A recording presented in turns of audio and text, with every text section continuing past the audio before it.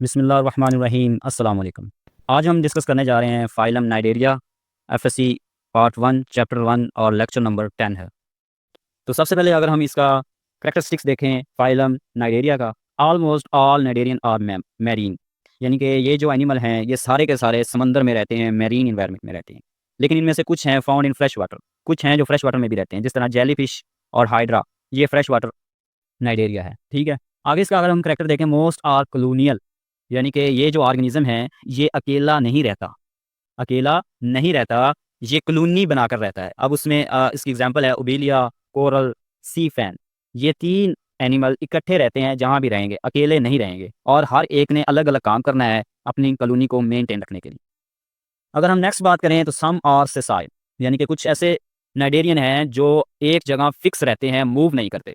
ठीक है, अब उसकी एग्जांपल है हाइड्रा, कोरल, ओबेलिया। अगर हम यहाँ पे देखें ओबेलिया, तो ये आपको जस्ट प्लांट लाइक नज़र आ रहा है, लेकिन ये प्लांट नहीं है, ये है एनिमल है, लेकिन ये एक जगह फिक्स रहता है और अपनी फूड का इंतज़ार करता है। ठीक है, सम आर मोटाइल, लेकिन कुछ ऐसे हैं जो एक जगह से दूसरी जगह मूव करके जाते हैं अपनी फूड को तलाश करने के लिए, अपने शेल्टर को तलाश करने के लिए। ठीक है, उसकी एग्जांपल है जेलीफिश। तो जेलीफिश जो है ये एक जगह फिक्स नहीं रहती, ये आगे पीछे मूव करती रहती है, जहाँ पर इसको सूटेबल रहेगा वहाँ जाएगी।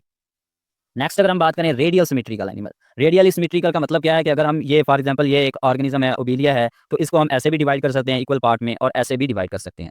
तो 4 इक्वल पार्ट्स में भी ये डिवाइड हो सकता है और 2 इक्वल पार्ट्स में भी डिवाइड हो सकता है, तो इसलिए इसको हम क्या कहते हैं, रेडियल सिमेट्री। ठीक है, आगे नेक्स्ट है इसकी डिप्लोब्लास्टिक। डिप्लोब्लास्टिक का मतलब है कि इनके जब ये बन रहा होता है, इसकी डेवलपमेंट हो रही होती है, तो इस वक्त इसकी बॉडी के अंदर दो तरह की जर्म्स लेयर होती हैं, 2 जर्म्स लेयर होती हैं। वो कौन कौन सी होती हैं, यहाँ पे है एक्टोडर्म और एंडोडर्म। ये दो जर्म्स लेयर होती हैं जब ये एम्ब्रियो से डेवलपमेंट इसकी स्टार्ट होती है और न्यू अडल्ट बन रहा होता है, तो उस वक्त ये दो तरह की जर्म्स लेयर बनती हैं, तो इसलिए इसको डिप्लोब्लास्टिक कहते हैं। ठीक है, आगे है 2 टिश्यू लेयर, और इसकी जब ये पूरा इंडिविजुअल बन जाता है तब भी इसकी बॉडी के अंदर दो तरह के टिश्यू होते हैं, 2 लेयर्स होती हैं टिश्यू की। वो कौन सी है, एपिडर्मिस और गैस्ट्रोडर्मिस। एपिडर्मिस जो इसकी बॉडी को कवर करती है और गैस्ट्रोडर्मिस जो इंटरनली इसके ऑर्गन को कवर करती है। ठीक है, अब एपिडर्मिस जो है वो एक्टोडर्म से ड्राइव होती है। एक्टोडर्म क्या होती है, ये एम्ब्रियो की आउटर मोस्ट लेयर होती है। एम्ब्रियो फॉर एग्जांपल ये अगर हम फॉर एग्जांपल ये एम्ब्रियो है, तो इसकी जो आउटर लेयर है हम इसको क्या कह देंगे, एक्टोडर्म, और इसकी जो इनर लेयर है उसको हम क्या कह देंगे, एंडोडर्म। ठीक है, jelly like mesoglea between layers.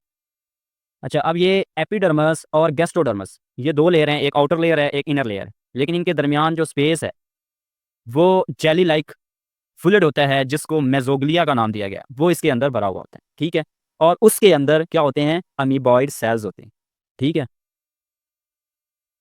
From ectoderm to endoderm, यानी कि एक्टोडर्म से स्टार्ट होते हैं वो सेल और एंडोडर्म तक जाते हैं अमीबॉइड सेल। अगर हम यहाँ पे देखें, थोड़ा सा इसको हम जूम कर लेते हैं, तो यहाँ पे आप देखें कि ये इसकी बॉडी लेयर्स का क्रॉस सेक्शन लिया गया है। इसमें आप देखें ये इसकी आउटर लेयर है पिंकिश कलर की, और ये जो ये वाली लेयर है ये इनर लेयर है जिसको गैस्ट्रोडर्मस कहते हैं। ठीक है, और अगर हम इनके दरमियान देखें तो ये येलो कलर की लेयर हमें नज़र आ रही है, ये येलो कलर की जो लेयर है इसको हम क्या कहते हैं, मेसोग्लिया, यानी कि ये फ्लूइड है। ठीक है,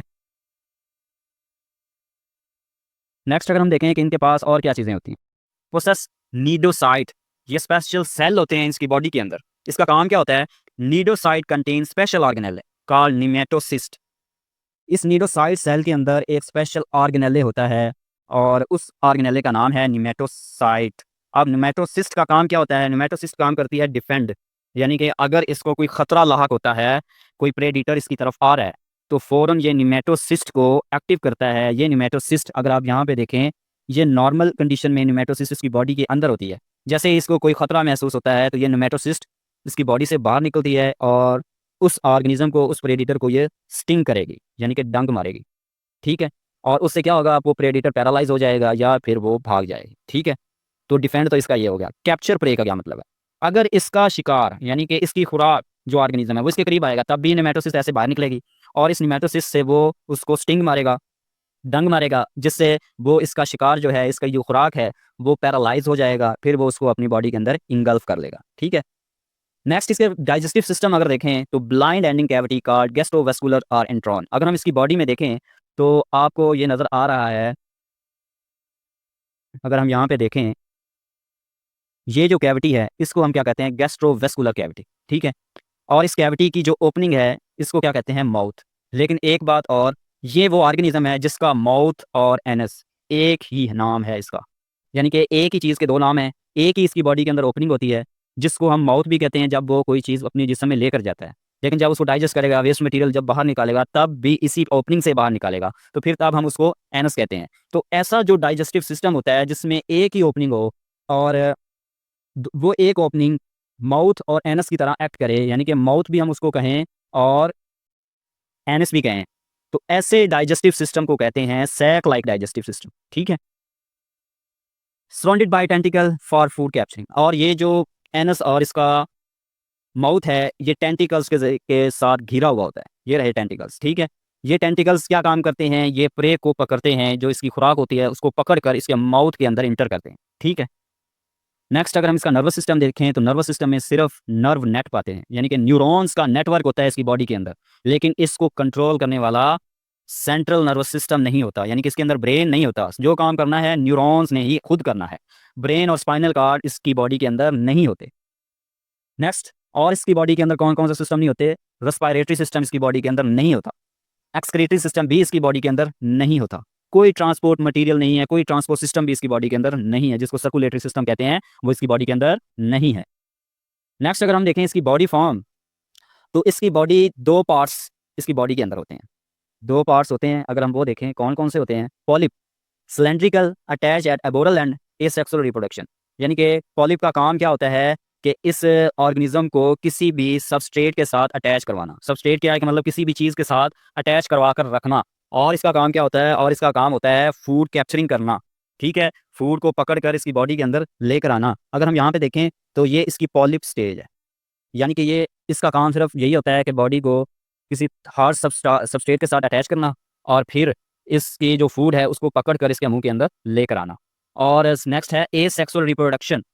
तो पॉलिप भी रिप्रोड्यूस करता है, अपने जैसी कॉपी बनाता है, लेकिन किसके जरिए, एसेक्सुअल रिप्रोडक्शन। तो इसमें एसेक्सुअल रिप्रोडक्शन कैसे होती है, बडिंग के जरिए। तो बड के जरिए पॉलिप रिप्रोड्यूस करता है। ठीक है, नेक्स्ट है मेड्यूसा। ये जो स्ट्रक्चर है ये अम्ब्रेला लाइक होती है, यहाँ पे आपको नजर आ रहा है ये अम्ब्रेला लाइक स्ट्रक्चर है। फ्री लिविंग होती है, फ्री स्विमिंग होती है, ये स्विमिंग करती है। और सेक्सुअल रिप्रोडक्शन, इसके अंदर सेक्सुअल रिप्रोडक्शन होती है। यहाँ पे इसकी बॉडी के अंदर स्पर्म भी बनते हैं और एग भी बनता है। ठीक है, तो ये सेक्सुअली रिप्रोड्यूस करती है। नेक्स्ट हम बात करते हैं कोरल रीफ्स क्या होते हैं। कोरल और कॉलोनियल नाइडेरियन। कोरल्स क्या होते हैं, ये कॉलोनियल नाइडेरियन है। मैंने पहले ही बताया था कि ये कॉलोनी में रहते हैं, अकेले नहीं ये रहते थे। और इसकी जो बॉडी है वो कैल्शियम कार्बोनेट की बनी होती है।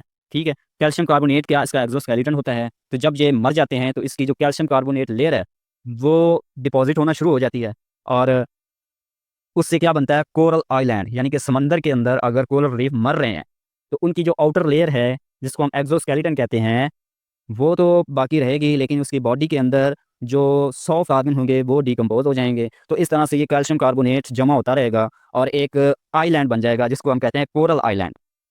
कैल्शियम कार्बोनेट होता क्या है, जिसको हम चूना कहते हैं, तो ये चूना उससे ही बनता है, इसी ऑर्गेनिज्म से बनता है, और इसको हम क्या कह देते हैं, कोरल रीफ कह देते हैं।